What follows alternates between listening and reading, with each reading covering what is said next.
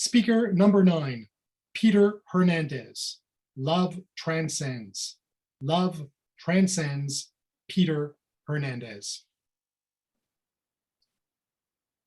To change the world, go home and love your family. A quote by Mother Teresa. Contest chair, fellow Toastmasters, and honored guests. As a child, I remember being in a restaurant with my parents and sisters. We were having a great time as a family when I noticed a couple sitting across from us, just watching and smiling. As they got up to leave, they smiled again. And when my father asked for the bill, we were told that it had already been paid. I remember my excitement as I said, "Why, Papa?" And he said, "Your love for each other jumped from your hearts to theirs." Now, we all tell family we love them, but don't just say it, feel it, and send it from heart to heart. At the time, I was young and didn't quite understand what my father meant until I experienced it just 10 years ago when I was living in Mexico City. My older sister came to visit me at the time. I was excited to show her my stomping grounds. But like a brother, I was concerned for her safety. So I made sure to almost intimidate her to make sure she made the right decisions and was always taking care of herself. But unfortunately, I didn't take my own advice. I made a careless decision because I was in a rush. And I got us into the wrong cab at the wrong time. And before we knew it, we'd been kidnapped. It was like an out-of-body experience. I could see my poor, sweet sister kicking and screaming as two men pushed their way into the cab. I couldn't understand what was going on until I got punched in the head, but by then it was too late. "Calm your wife down or you're both dead." My sister started hyperventilating, and I was left just wondering, so this is how it ends? "Empty your pockets and give us your bags." And then they held up my credit cards. "Your PIN numbers or you die." Of course we cooperated, but I couldn't see how we were going to get out alive.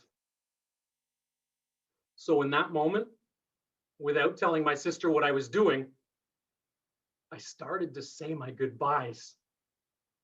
I took her hand, looked her straight in the eyes, and spoke directly into her soul. "I love you. Andrea, I'm so sorry for getting us into this mess. You're the best sister I could ever have."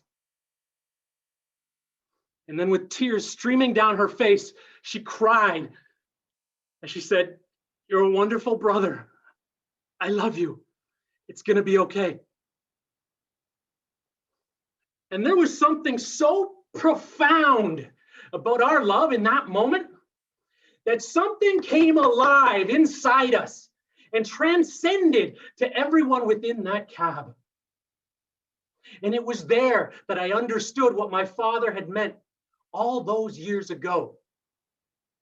Because next, without yelling, they simply asked, "Where are you from?" I said Chile, and my sister said Canada at the same time. They looked confused, and I didn't want them to think we were playing games, so I quickly offered up. We were born in Chile and raised in Canada. And she's not my wife, she's my sister.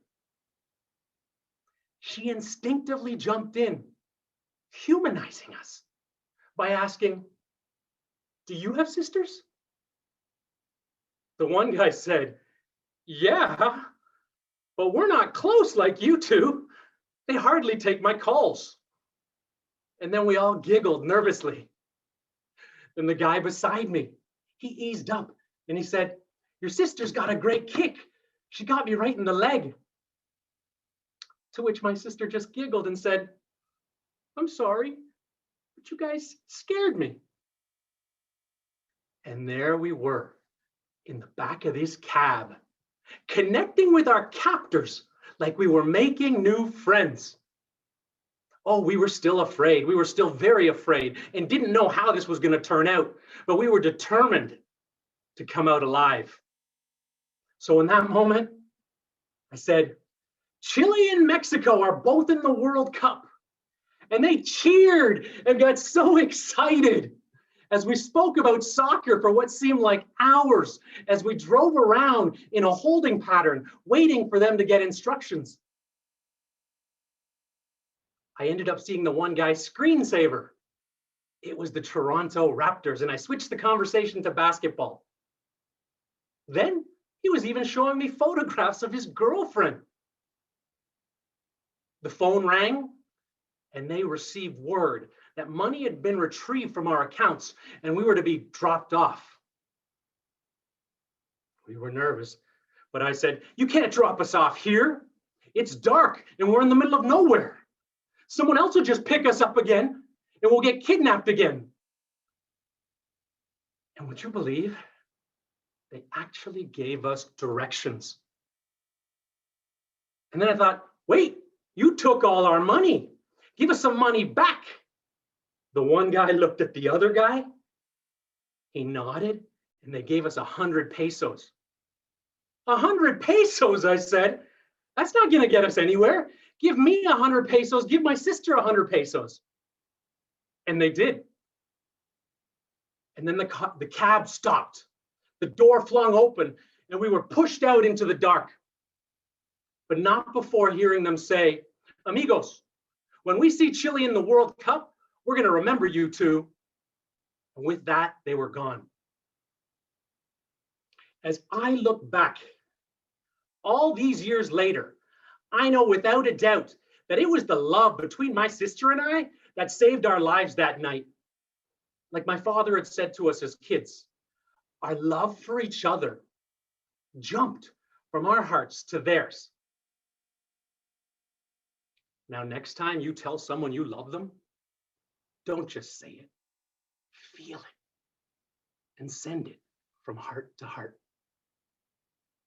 Contest chair.